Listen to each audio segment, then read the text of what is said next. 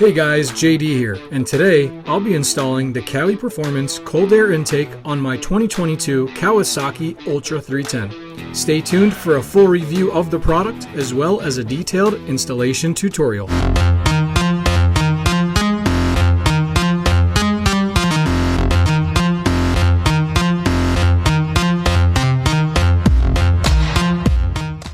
The Ultra 310 uses this large, clunky airbox that sits on the left side of the hull up on top of the fuel tank. And the airbox is really not sealed all that well. It's held together with zip ties. And then here's the coarse mesh screen that's in that airbox. And you can see there's some gook on here. This is just black, just nastiness. And this is the only screen before air comes into the airbox and then into your supercharger. And this is the only filter. And it doesn't really do that good a job at filter. You can see all this crap that kind of slips through it. The tube going into my supercharger was all gummed up. Now I want to show you some of the parts here before we get started.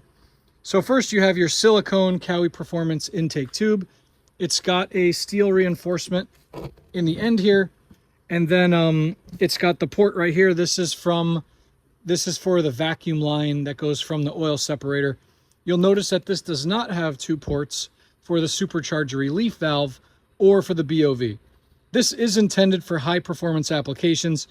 Just throwing this on your ski in and of itself is not really going to make a difference, maybe sound wise, but it's not really going to make a performance difference unless this is used in conjunction with a tune and some high performance mods.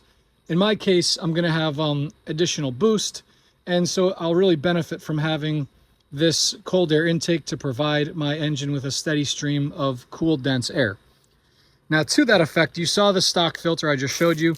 All right, so here is that Kawi Performance filter pod, and you can see that it's not restrictive. It's not like a paper element that's gonna get all wet and cake up, but it's a huge filter. All right, and then this wouldn't be good though just on its own, because if it gets water splashed on it, it could just aspirate that water. So Kawi Performance has included a waterproof bonnet with this filter pod.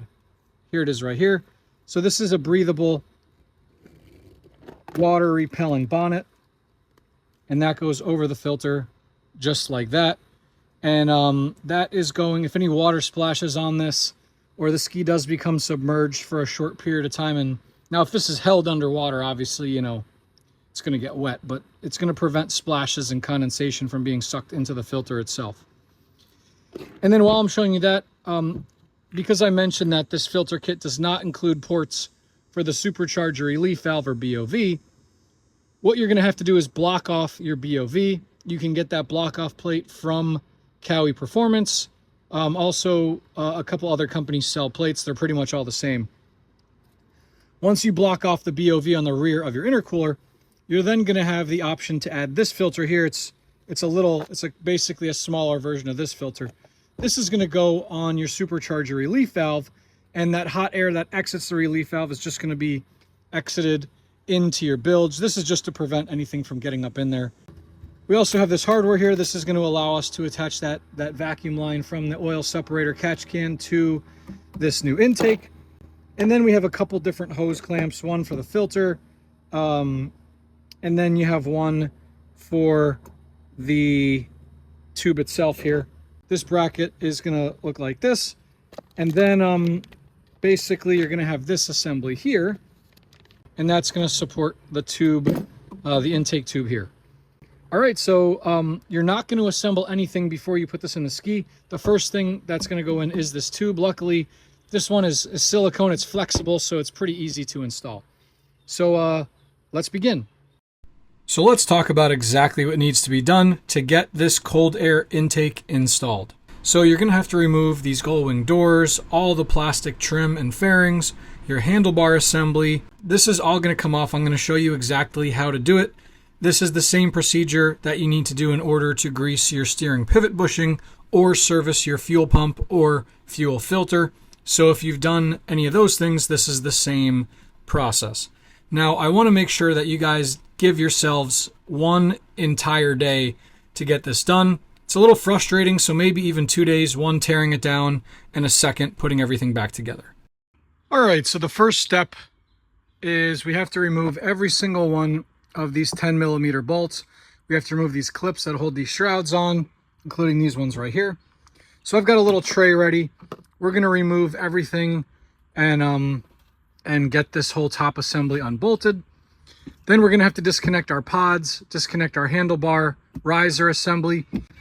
And this is the process that's going to be required for a couple different things. The process is the same for greasing the pivot bushing, replacing the fuel pump, installing a cold air intake, or even just changing your fuel filter. This is the same procedure.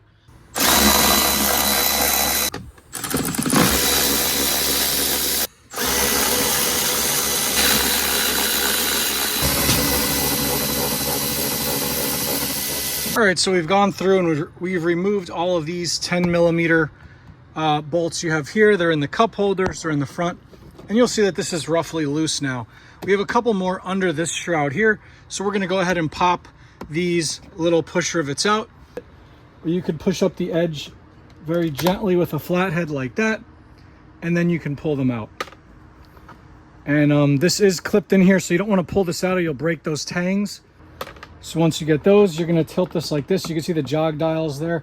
So you're kind of going to bend this. You're going to push the jog dial down with your thumb. And you're going to slide this over. And then this is going to kind of come down like that. See these tabs? You don't want to break those tabs. This part is like $12. I've replaced this once on mine already. It comes with those stickers. I've replaced that. It's a cheap part. Okay, so then we've got two more 10mm bolts right there. All right, so now that we've removed all those 10mm bolts, you've removed your plastic clips, this whole assembly here basically can lift right off. So also you're going to remove these seals around each of your gull wing boxes. I had added some extra seal to mine because they were leaking. Got to remove that. All right, so we're pulling this plastic shroud out of the way. It's got some push pins holding it in. You could just pull that out. Then that's going to expose our wire harness here for the display. You're going to reach in, disconnect this big clip just like that.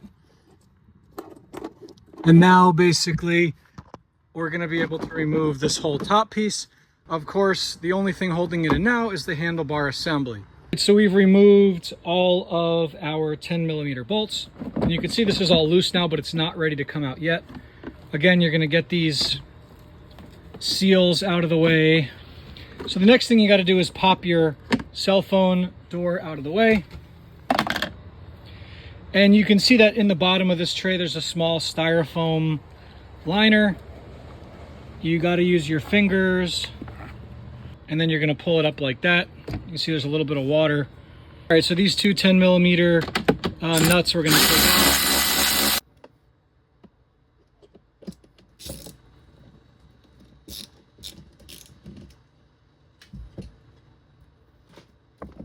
All right, so now this assembly's loose. Oh, look at that, some water coming out of it. How nice.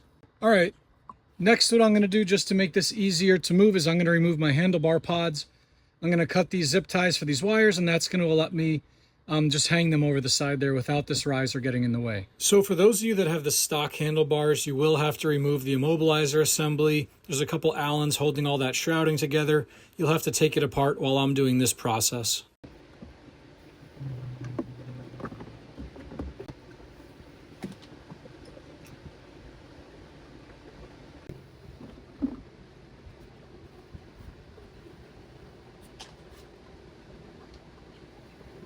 Okay, so now the whole top assembly is removed. Now we've got to remove this here.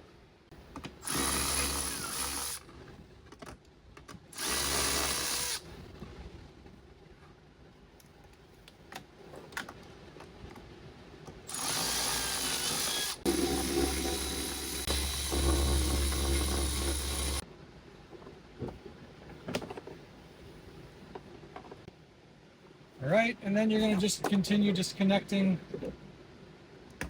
everything from the harness here.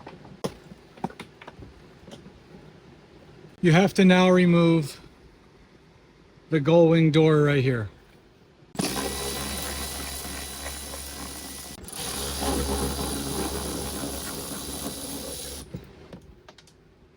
You do have to move that pin up just enough so that you can get to the lower bolt.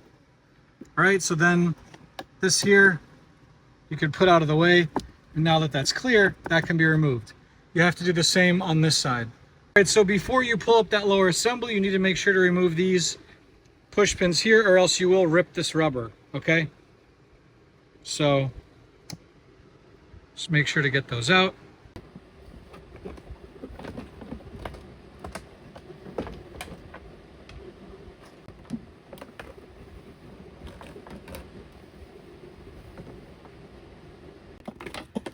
You can see we're just going to pull that through. There you go. This whole assembly here is going to be removed from the ski. So now we've got that whole upper deck assembly removed. And this right here is our access door for the fuel pump. The airbox has to go out. So to remove that, that's going to be these two 10mm bolts right here. Also, what you're going to have to do is disconnect some of these hoses from the airbox. And to make it all easier, we're going to remove the tilt sensor coil bracket assembly, which is these two right here.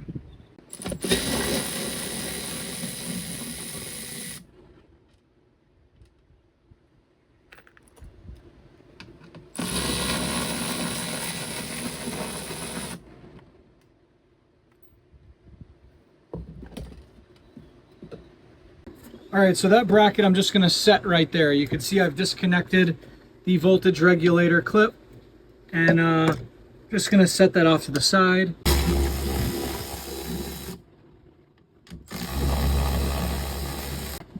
See the airbox. It's loose in there now, but not ready to come out yet. There are two large zip ties securing the lid to the body of the airbox. Make sure to cut these off and remove them.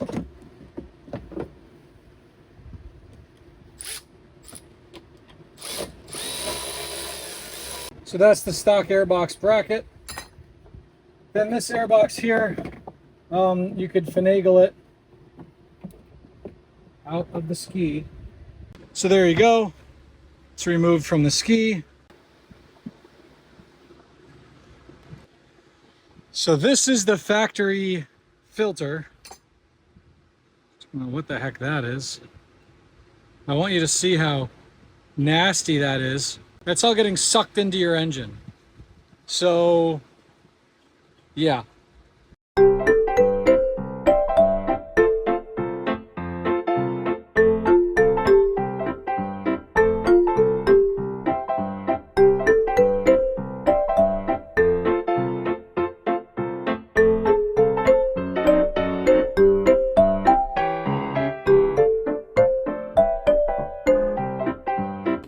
Alright, so here is the stock airbox. You might be wondering how I got this out of the ski. And I will tell you that it was very difficult. And there's only one way it'll come out. So the cold air intake kit from Riva Racing, they tell you to cut it in half. Well, I'm not really a fan of bastardizing parts like that. So I didn't want to cut it in half. So I said there has to be a way to get it out. So I'm going to show you there's only one way it will come out, and that is through your opening in the compartment here. Now what you have to do is you have to remove this duct here. You have to reach around with your wrench. You can see here's the location of the two ducts. So you're going to loosen those two ducts, move the ductwork out of the way, and then with much struggle and finagling, you can pull this plastic piece out through that access compartment. Luckily it does bend just a bit, so enough to get it out. Here is the entire stock airbox assembly. As you can see, the stock airbox assembly is very large. Takes up a lot of space. Also, to get that airbox out, I had to pull off the tank vent line right there, move it out of the way. So I'm going to put that back. All the wire harness, all the plugs, I had to move those all. So because we're putting on the Kawi Performance cold air intake, my BOV has been blocked off. And then this relief valve here, we're not blocking it off, but this return line, this hose is going bye-bye. Bye, hose. So just by removing all that airbox and all that stuff, we've really cleaned up the hull here. All those extra hoses, there's a lot more room to play around in. All right, so here is the intake tube here. And it's gonna go like this. You can see the Kawi Performance logo. So you can see the inlet to our supercharger is right there. This tube is gonna go up over the fuel tank and it's gonna sit right there. You can see in this video, I have my pump currently out. I'm just showing you how to install this. Now, you probably will have a pump installed in your ski. It's not gonna get in the way of installing this. First step is to get this, we're gonna use the access port here to get this tube into the ski. The easiest way is to feed this end in first, and you're just gonna push it forward in the ski. You could turn it if you need to get it in, okay? And then we're gonna turn it like this. All right, so now before we go any further, we're gonna grab our hose clamp. All right, so here's your hose clamp here. This is gonna be the hose clamp that secures this duct to the supercharger. And you wanna make sure it's this way with the connector facing that side. It's gonna be easier to access. So we're just gonna slip that on there. You wanna make sure it's loose at this point, okay? And you can see how that's going down in there. You're just gonna push it down, work it in there. All right, so we've got that clamp over the tube. Now we're gonna go ahead and grab our mounting bracket. That's gonna mount right here. All right, so here is this bracket that I showed you a moment ago. This is what's gonna hold this tube to this bracket here, okay? So you wanna use, the kit comes with this Phillips screw right here. You're just gonna feed that through. You're not gonna tighten it too much, but we're just going to tighten it enough, and then we're going to flip this bracket around the other way.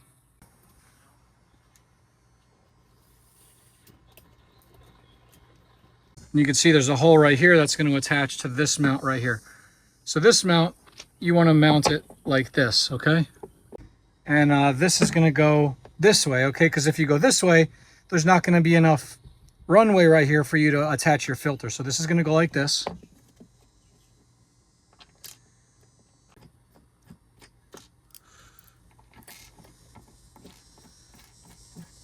There's this nut and bolt. You can see it's got two washers, right?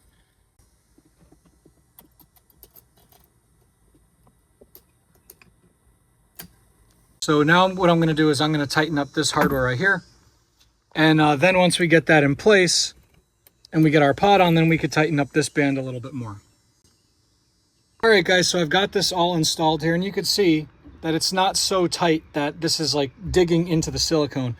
But for the bracket here, you're going to use a 13mm wrench, a 13mm socket, and you can see that this bracket here has a lip, and you want that lip to seat real nicely like this. You can see the flat part of this is against the bracket, and that's supporting that real nice. Tighten these two 10mm bolts. If you ride in fresh water and you're concerned about those backing out, put a little dab of blue Loctite. With me, they're going to get splashed with salt water, and that's going to be Nature's Loctite, so I'm just going to put these in as they are. Again, these are stainless hardware, so it shouldn't gall or corrode. All right, so now you can see I still have a little bit of play on my tube, which is good. I've tightened this up here. I'm using a Phillips head. You could come in from the bottom here, and you know, there's that Phillips screw we put in there a little bit earlier. If you have your fuel pump assembly, it's going to be a bit harder to get to this, but it can be done. So that's tightened, but again, you don't want to tighten this bracket. This is just to hold it in place and support the tube. You don't want to tighten it so much that it's digging into the silicone. All right, so now it is time for us to install our massive Kawi Performance air filter pod. Well, it's not going to fit in through this access port, and it's not going to fit in this way. So it's going to go in through our front compartment. All right, so there is our filter pod. I have not put the bonnet on yet. And then here is our hose clamp. This came with the kit. It's a 3/16 stainless clamp. You know, you can orient this however it's easier for you. Because the fuel pump's going to be there, I'm going to go ahead and put this like this. So using a 7mm socket, again, just by hand, I am tightening this. You don't, the silicone tube does have a steel insert. All right, and then I've got my bonnet. I'm going to pull that bonnet over, and there we go. And you can see there's plenty of room to access your fuel tank in the future, if you're changing your filter bag or you're going to service your pump, you won't have to pull that whole airbox out. And we've got a couple more steps here. I said one, but so next you've got this little fitting here. All right, there is our vacuum line from our oil separator. Okay, and then finally we just have this hose clamp here. That's also going to be a 7mm on that hose clamp. We're going to tighten that up, and then that is it, guys. Our Kawi Performance cold air intake will be fully installed. Now, you might ask me, you might say, hey, why would you choose this Kawi Performance intake over the Riva intake? Because the Riva one, you have to drill some holes here. There's some modifications you have to make to the ski, whereas this Kawi Performance one bolts in directly. So why would I choose the Kawi Performance one over the Riva one, and what are the differences? So Kawi Performance and Riva do a lot of work together. You know, with Kawasaki's, we've got a very collaborative environment. And so they don't really compete with each other in terms of these intakes. They both have a little bit of a different function. So the Riva intake has got a hard plastic body. The benefit of that is that it can't collapse. Like you see this one here, you could squeeze it and it could collapse a little bit. Also, this is not a pressurized hose, so it's not going to expand like a boost hose, but that is made of silicone, similar to the material of the factory hose you have back there. So it's a proven material, not going to have any issues with it. The Kawi, this is my opinion, the Kawi Performance hose looks a little bit cleaner. The Riva one has got ports for your BOV, which is blocked off, and then from the hose that goes from your supercharger relief valve. So those two white and black hoses, the corrugated hoses. The Riva one's got provisions for those. The Kawi Performance one does not. And that's because Kawi Performance is basically, you know, if you're going to be running this intake, then chances are you're running a higher boost application, and you're going to want to block off your BOV, and you're going to want to take that hot air from this relief valve and release it to atmosphere, not back into the airbox. So in terms of cleaning up the hull, the Kawi Performance cold air intake here really does a good job of that. There's no modifications or drilling needed, and then the bracket is a real nice custom bracket. And then you've got this big filter pod. I think this pod and the Riva pod maybe are the same size, and I think they both do come with a bonnet like this. In terms of ease of install, I think the Kawi Performance tube is easier to install because it's a flexible tube. You could kind of just bend it in, as you saw when I installed it. The Riva one, it's a plastic, you know, you kind of gotta get it in there. It might be a little more challenging, but either way, they're both a great choice. Kawi Performance was generous enough to send me this one to demo and to show you guys how to install. So that's why I went with this one. I think it's a great choice for your ski. And again, it makes servicing your fuel pump and fuel filter extremely easy. Intake there really cleans up your hull and is a great complement to any high performance stage 3 plus modifications you're making to your ski. All right, so that's all installed. I've tightened everything down. I put the bonnet on. So now finally, since we've removed our hose from our relief valve, Kawi Performance has sent us this little filter. It's just a pod, you know, it's got this waterproof bonnet on it. I've reused the hose clamp from the factory, and that's gonna go, doing it with the one hand, so. This is gonna go right like this on your relief valve. And so when that vents, it's just gonna vent. Technically, do you need the filter pod on it? That's just to prevent any debris from getting into the relief valve. Some people choose to run the trumpet. Personally, the guys I ride with get really annoyed by the sound, and as fun as that is, pissing off the Sea-Doo guys, you know, this I think is fine for now. This is part of the cold air kit, so that's why I wanted to include it. All right, and then make sure, of course, if you pulled out your fogging port, that you reinstall that. So as painful as it is, guys, you will have to remove the whole top deck assembly here in order to install this intake. That's to access these bolts right here. I highly recommend that while you're installing this intake, if you're keeping your stock fuel pump, you should change your filter bag. If you have your steering assembly, you need to take this apart and lube all the bushings here, lube the cable. I have videos on how to do that, so take a look at those. There is a gasket under here that if you're gentle, you can reuse. if you rip it, you're going to have to replace it or else water can get in.